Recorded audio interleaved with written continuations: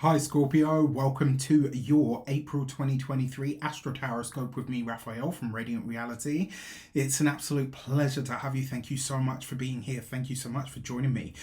Quick note, these readings are for your sun, moon and ascendant sign. So whether you're a sun, moon or rising sign Scorpio, this is for you. Remember though, because there is astrology involved here, you always want to be looking at your ascendant sign first, then your sun, then your moon. Now, that being said, they are going to speak to people in different ways, but because I'm incorporating a lot more astrology, I would personally advise that you watch your ascendant first. That being said, remember they are general readings. Not everything's going to resonate with everybody, and that is just fine. You should always use your own discernment. Before we start, as always, I would like to bless my decks of cards with all forms of love, light, peace, prosperity, and abundance. And I pray that the messages that come through are ultimately clear and concise. They help you on your path to your highest vibrational good. So, for your first transit, on the 6th of April, Mercury is going to conjunct the North Node. Now, it's not a particularly rare transit. It does happen once a year, but it's definitely noteworthy, right? So the reason I say this is because this is some kind of what I would like to call fated communication, right? So Mercury, communication, phone calls, emails, text messages, your local neighborhood, etc. Money, commerce, right? What should I say? For me, Mercury isn't money itself. It's the transactional nature of money. So the flow of money. Venus is more money as far as I'm concerned, but you know, everybody's got their own ways.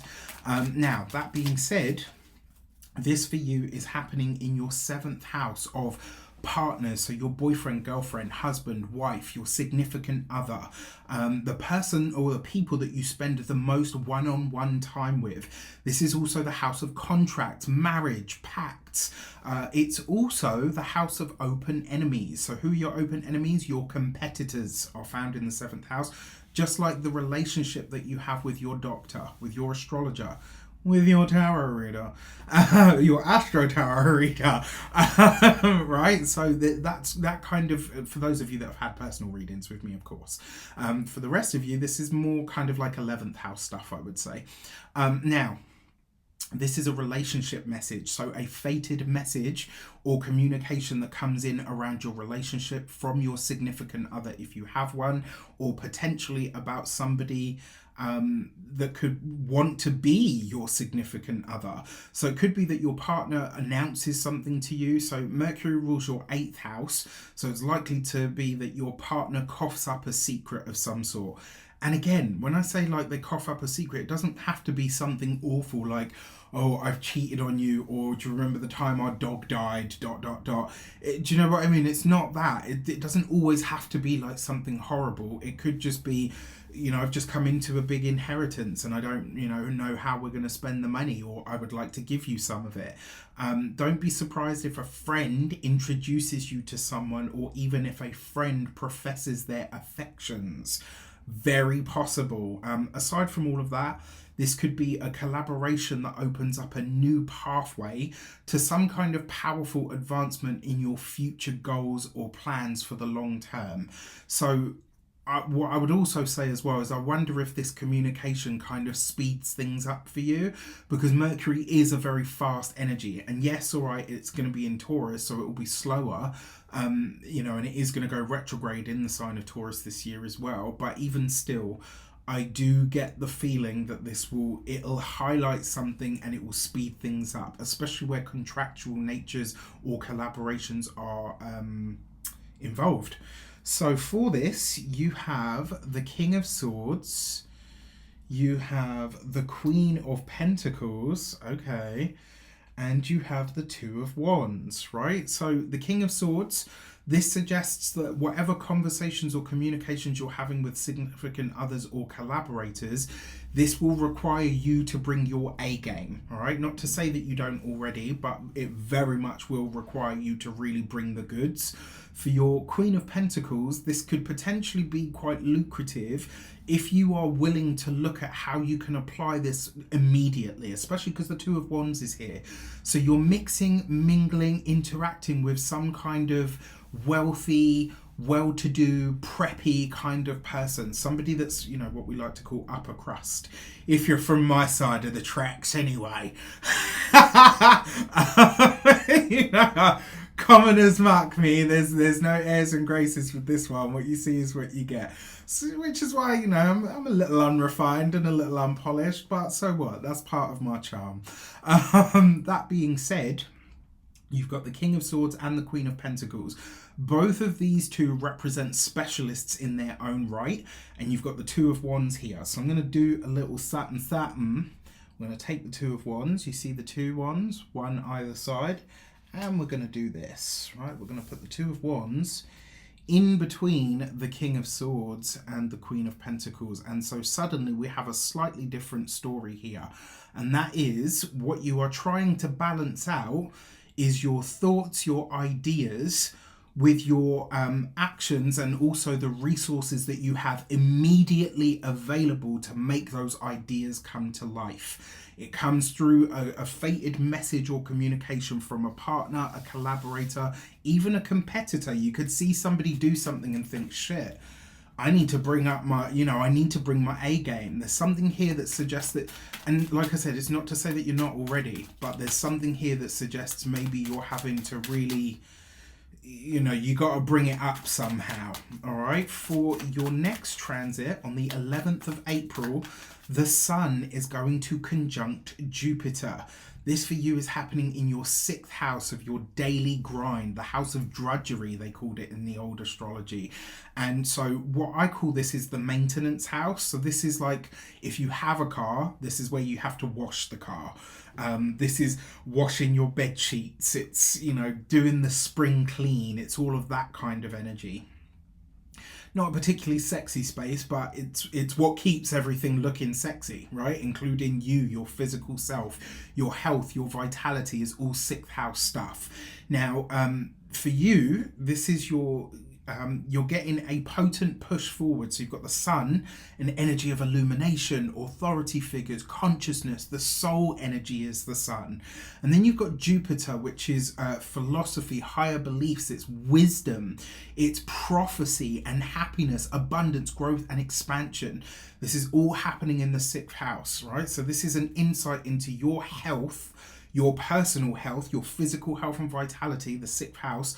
This is a message or an illumination of some sort, because this is a very lucky conjunction as well, that changes your life. And I don't say that lightly. This is a once in 12 year transit, right? Why do I say that? Jupiter takes about a year to move through one sign. So the Sun will conjunct Jupiter every year, but not always in the same sign. That's like a once in 12 year kind of energy. This is that time. It's happening in your 6th house. So this could be a really powerful personal discovery. This, what I'd also put here for you as well, you're about to learn something about your health, which if you've been struggling with, or you've had challenges or issues with your health, it might very well bring an illumination of some sort that helps you get healed, or at least, get ahead when it comes to your health. It might be that you discover through a client, or, because the Sun rules your 10th house. This could be like a client, it could be a boss, it could be a collaborator, very possible as well, says something to you or gives you an example of something that they've been through, and you're like, oh my gosh, this makes total sense. This is totally me. Like, it will really resonate with you. The other thing as well, because it's a very lucky energy, it could just as easily be a hidden wealth or resource that now comes to light through some kind of divine timing. So I like this. Then you've got the Page of Wands with the Lovers card, okay, and the Tower card, right? So this could literally be the Page of Wands. This could be, so it could be something that you read, something like maybe a blog, a book, or a website. It could be something that somebody suggests to you. And then upon reading or gaining said information, that Lovers card could see you saying, right, okay, I'm ready to make a shift or a change now in a completely different direction, the Tower card, or in a way that completely blows your mind. So you could maybe stop eating something, stop doing something, maybe, something as small as, I can't remember, I read this years ago, it was about 3-4 years ago, and it was about this woman who was allergic to the thing in her pillows. And she said, like, literally the day that she changed them, she already started feeling better. And then when she woke up the next morning, like, all the symptoms that she'd been having on her face and her sinuses and stuff were gone, right? And it was because she was allergic to something in the pillow, as far as I'm aware.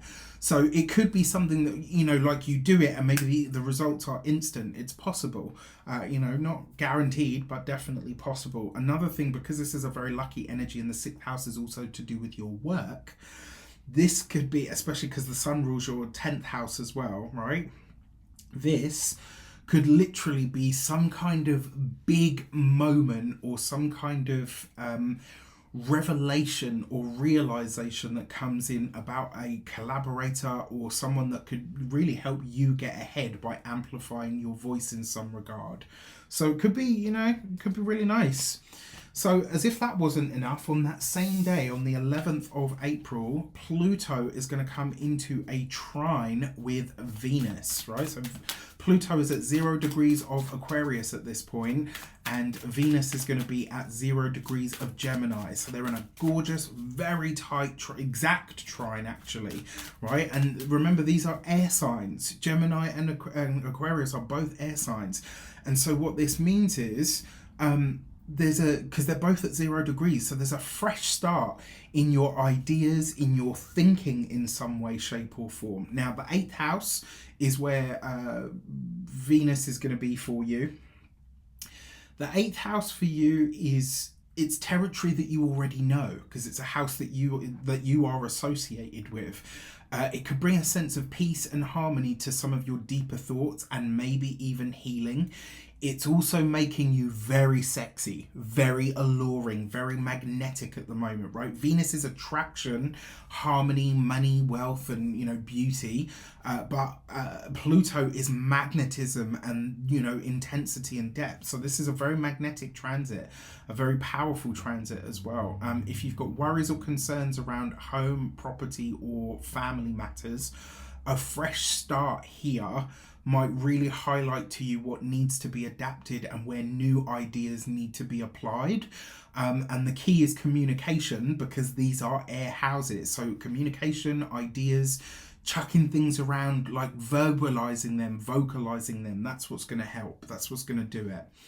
And then for this, you've got the Knight of Wands, okay, with the 3 of Pentacles, okay, and the High Priestess.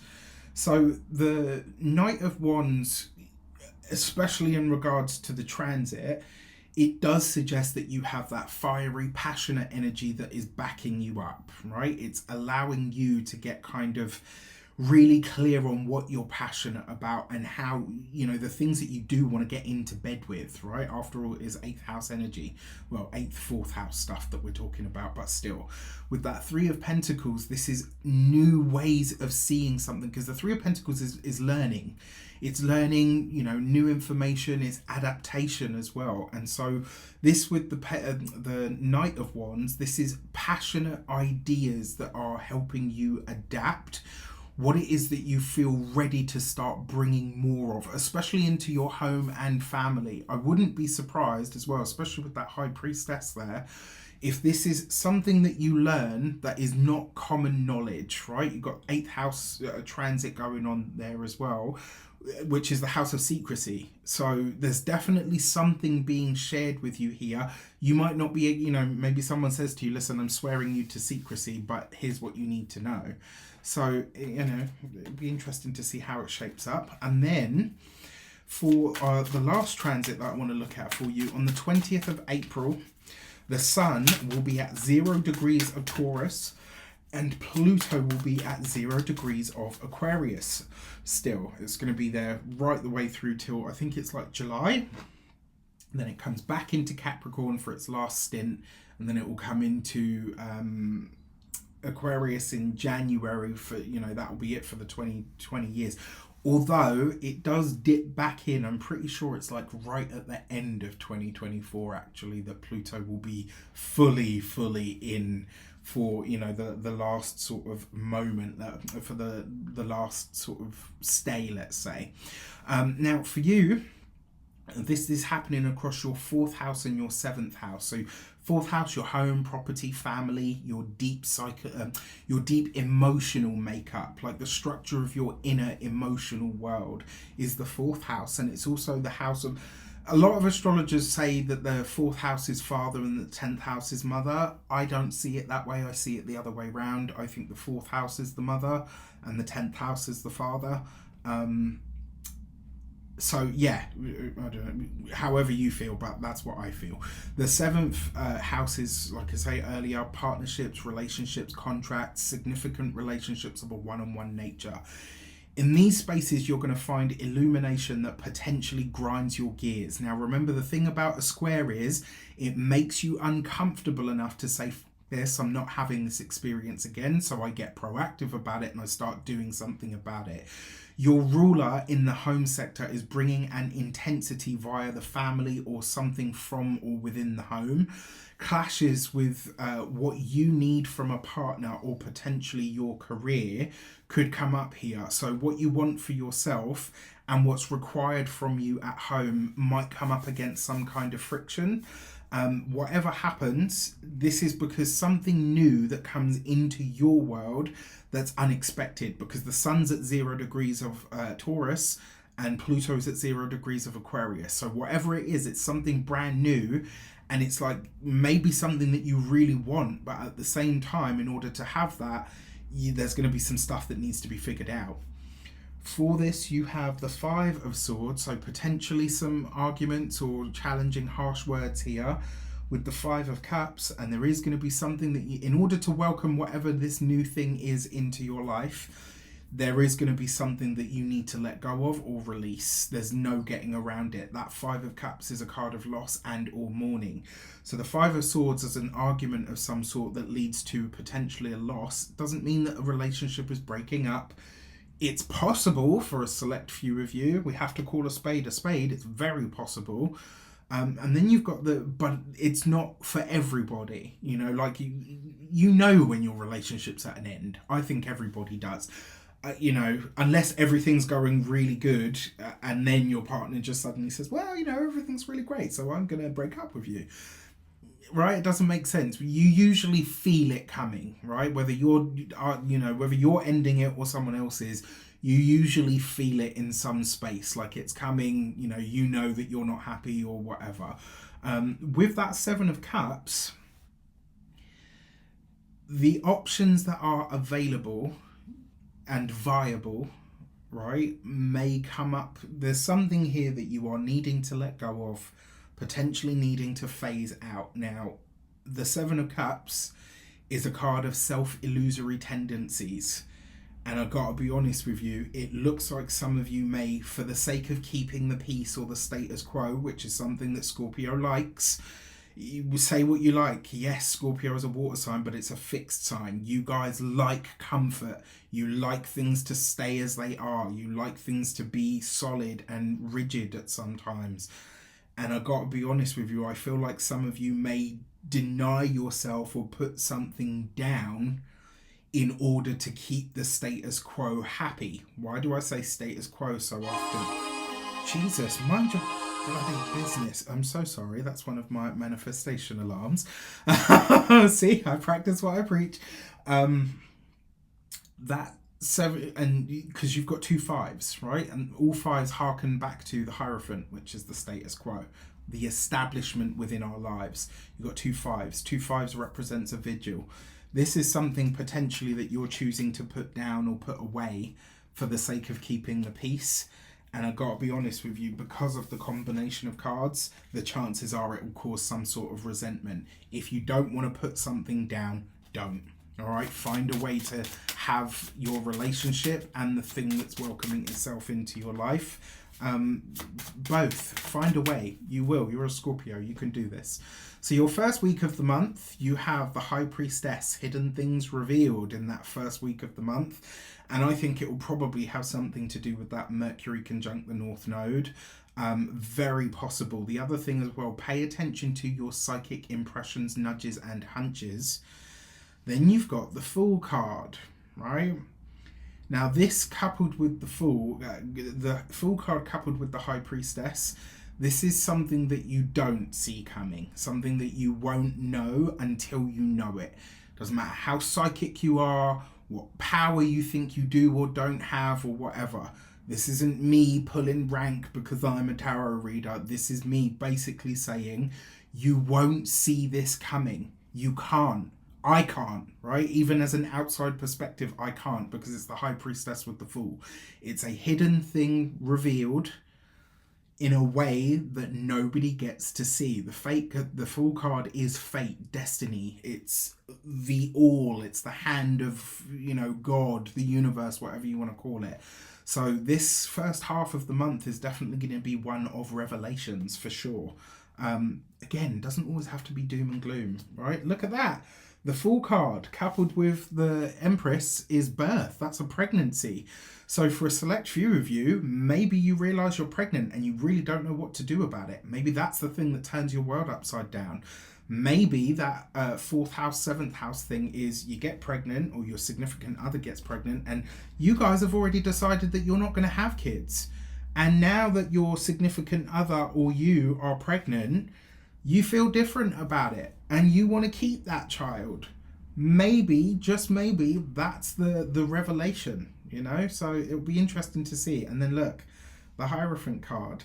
Whatever your personal status quo is, that 4th week of the month is going to do it. You will understand fully by that point what you do or don't want to welcome into your life, or what you're allowing to rock the boat, as it were.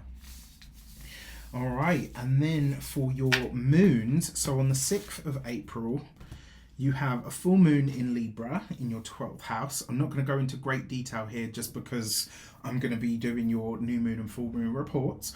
The gate 34 and power. All right, so this basically is about discovering your personal unique powers. And I think for you guys, this is going to be about a revealing of what that personal power is. You're coming into a new gift, and I think that full moon is going to do it. And then on the 20th of April, the same day that the sun will square Pluto, you will have a new moon in Taurus / Aries, because it's like right at the thing, right? And you've got the gate 62 and practicality. And the message behind this is, does the tools that you have do the job? I think that's what that new moon is really going to highlight to you. How practical really is it? And more importantly, is the path that you're on suited to the clothing that you are wearing?